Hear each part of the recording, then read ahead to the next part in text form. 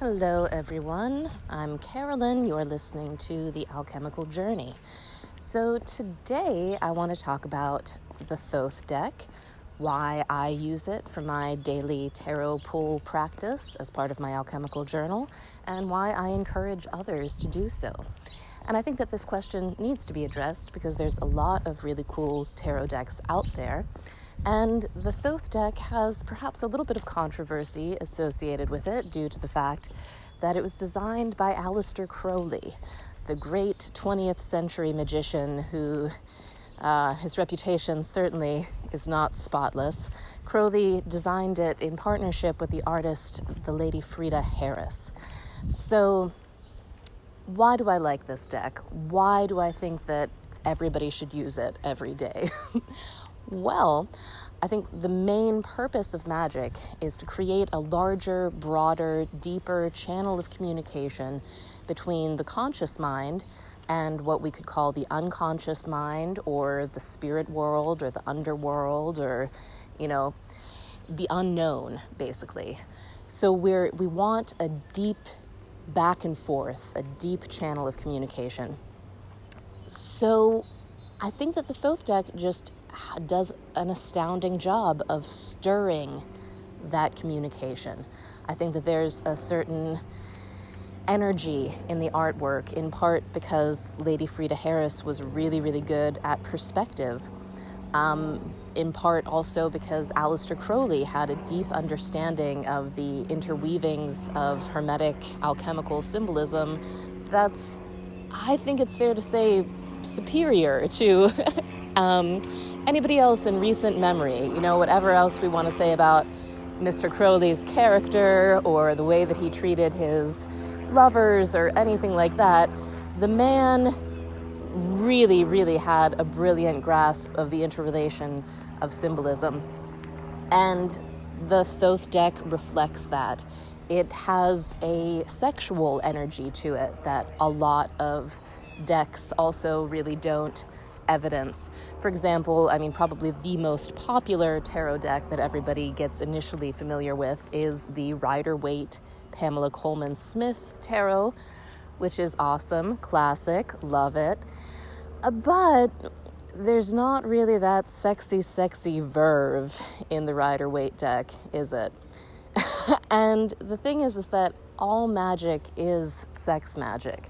The interpenetration of the projective and the receptive, that's how everything works. And I guess I could give a whole other talk on that another time, but Crowley was very in touch with that.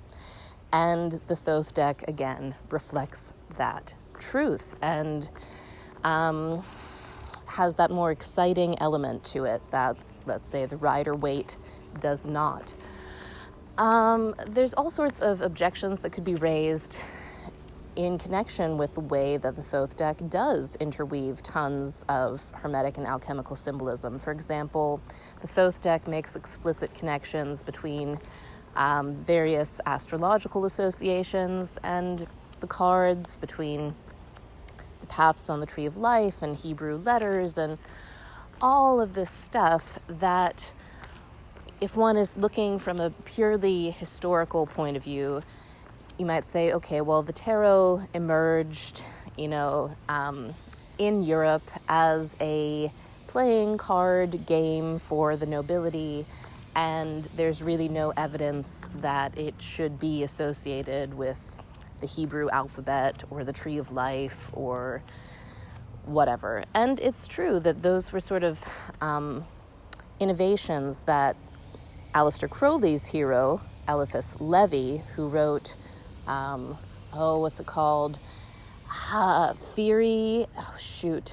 Transcendental Magic, Theory and Ritual of High Magic. That might be the title of Eliphas Levi's most famous book, but it's slipping my mind right now. Anyways, Eliphas Levi was the one who had all of these associations. He was a French guy writing, I guess, about 50 or 100 years before Crowley. He made these associations between the tarot and the Kabbalah and astrological things, and Crowley and the Golden Dawn kind of ran with them. I think they're legitimate associations. Just intuitively, I just feel that. So I like it. I like that the Thoth deck makes all of that explicit and lays all that out there. Let's see, what else? I think the Thoth deck is disturbing in a way that a lot of other tarot decks are not. And again, this was intentional. This was by design. Crowley and Lady Frieda Harris working with intentional color schemes based on Kabbalistic associations, created some cards that just they give you kind of a queasy feeling when you look at them. They're sensational, I guess is the way to put it. And I really think that so much of the art of magic, tantra, alchemy is learning how to be very present and awake in high sensation instead of going unconscious and going into reactivity or self-pity or anything like that. Just staying absolutely present is the name of the game. And I think that the Thoth deck helps to practice that. Another way that it helps to practice that, aside from the vividness of its art and its color schemes, is that, it has these titles of cards that are, man, they are intense. Like the Ten of Wands is oppression. There's also in there, I think you can find failure, debauch, cruelty, all of these kind of intense things that are not warm, cozy feelings, but they are part of life. And I feel like, one way I like to describe the Thoth deck is it's great art with a bad attitude because it has this sort of realist or even sometimes pessimist conception of the difficulty of life woven into it. So a lot of times with other tarot decks, in order to get some more honesty, you need to look at cards in their reversed meanings. When cards show up reversed, you interpret them. And they sometimes have more negative associations than when the card is upright. With the Thoth deck, you really don't need to do that because there's no sugarcoating here. It's telling it like it is. And we can have a whole other discussion about how do you deal with it when you pull some of the darker cards in the Thoth deck. But that's just another thing that I like about it, is there's this world-weary, honest, painful edge in it, along with the fun, sexy exuberance. And the combination of those just really hits the right sweet spot that I think is helpful for anybody's magical development to work with a set of cards that has this much artistic and magical integrity and energy going for it. On a more personal note, I could get into some storytelling about why I use the Thoth deck. So boy, when did it start? Let's see.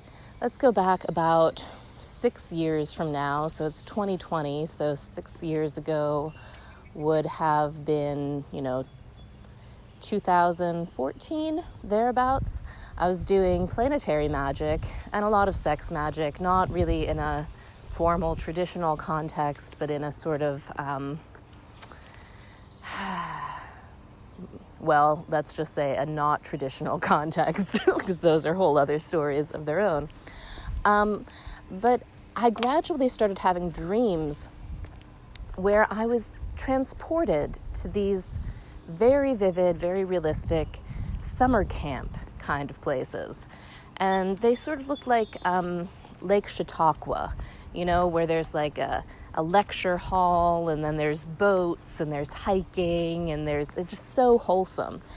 And what was going on at these places there were meetings of the Hermetic Order of the Golden Dawn. And that's how they were presented to me in my dream. That's how I was welcomed and greeted there. And I gradually got the message that I have what's known as inner plane contacts in the Golden Dawn and with the Rosicrucians. And this kind of makes sense because my dad was a Rosicrucian growing up. I was I went to his Rosicrucian events with him, but I really had not thought about it for, I don't know, more than 20 years when I started having these dreams. And I also remember being a little bit disappointed that these were my inner planes contacts, because let me tell you, the Golden Dawn is not hip these days. These days, what's hip in the occult world, in the magical world, has a lot to do with Jake Stratton Kent and the revival of the medieval grimoire tradition, doing all the cool summoning of demons and Saint Cyprian stuff, and what else? Well, of course, the African diasporic traditions are not only cool, but also, important historically for a lot of reasons, and they are also cool right now. Yeah. And then there's like, what else is cool?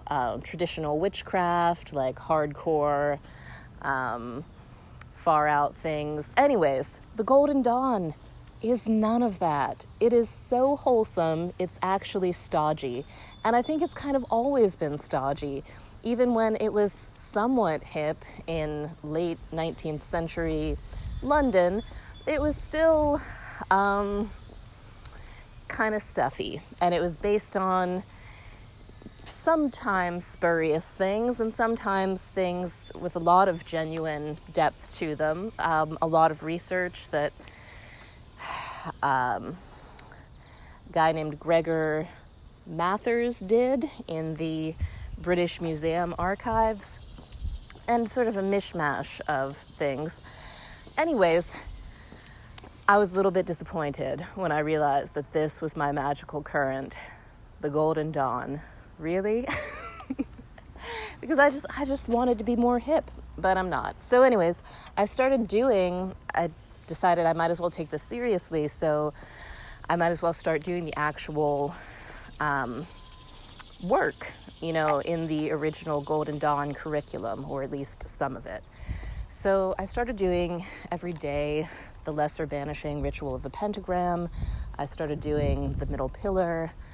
And these are sort of like the basic exercises that Israel Regardie, in his famous book, The Middle Pillar, made public when he started making public the papers of the Golden Dawn in the middle of the 20th century, which was, I guess, a little bit scandalous at the time, but now it's old news, and the Lesser Banishing Ritual of the Pentagram is very well known as sort of a basic occult thing to do.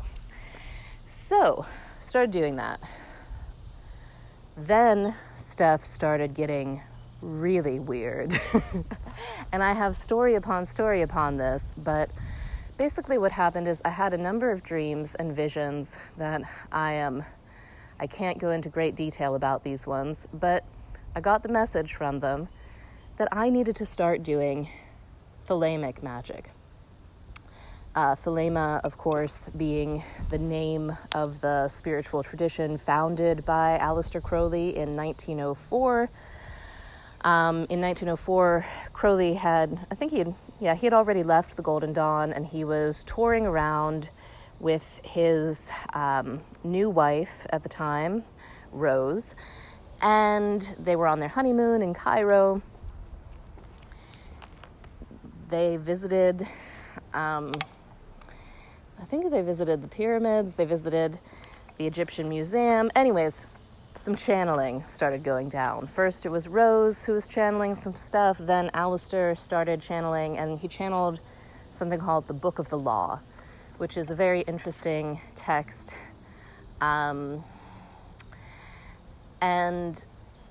It's inaugurated the spiritual tradition of Thelema. Now, I had never wanted to be involved in Thelema. Look, when I grew up in Pittsburgh, Pennsylvania, when I was a teenager, everybody cool used to hang out at this coffee shop called the Beehive on the south side. And the Beehive was right next to the store called the Eye of Horus. And the Eye of Horus was owned by a Thelemite lady, and there was all sorts of Crowley books and pictures and stuff in there. It was an occult shop. They also sold, incense and magical oils and peacock feathers and stuff. And while I was drawn to magic, and I sure wanted those peacock feathers, I did not like the whole dark goth vibe of the Crowley stuff. It didn't make any sense to me. I had no idea what the man was on about when I opened one of the books when I was like, I don't know, 16. And, I just wasn't into it. I was a self-identified glam rock kid, which was weird to be in the 2000s, but I loved David Bowie and I loved wearing glitter. And it actually wasn't until years later that I realized that David Bowie was also a Thelemite. Anyways, so I knew people who were into it and who were into Thelemic magic, and I wasn't like, I guess I found some of them very interesting, but I wasn't rapturously taken up by it. I wasn't like, oh yes, this is for me. Like, I knew that it existed, and I was kind of, I don't know, I thought it was maybe kind of gross or weird, and I just wanted something simpler, maybe, something with less baggage. But as my own inner world started showing me, it was actually important, and it was time for me to start working more deliberately with Thelemic magic and with the legacy of Aleister Crowley. Again, which I'd been resistant to do, in part because the man, historically, objectively, was an asshole on many, many occasions. He was cruel to friends and lovers of his at times. He was heavy into drugs at various times, not the best dad, definitely just sort of left, kids that he had. Not cool, Aleister, not cool. I mean, I guess, unfortunately, that a lot of geniuses throughout history have been big old jerks like that. I'm pretty sure Socrates was a big jerk to his wife and kids, and Gandhi and Picasso and so on and everybody.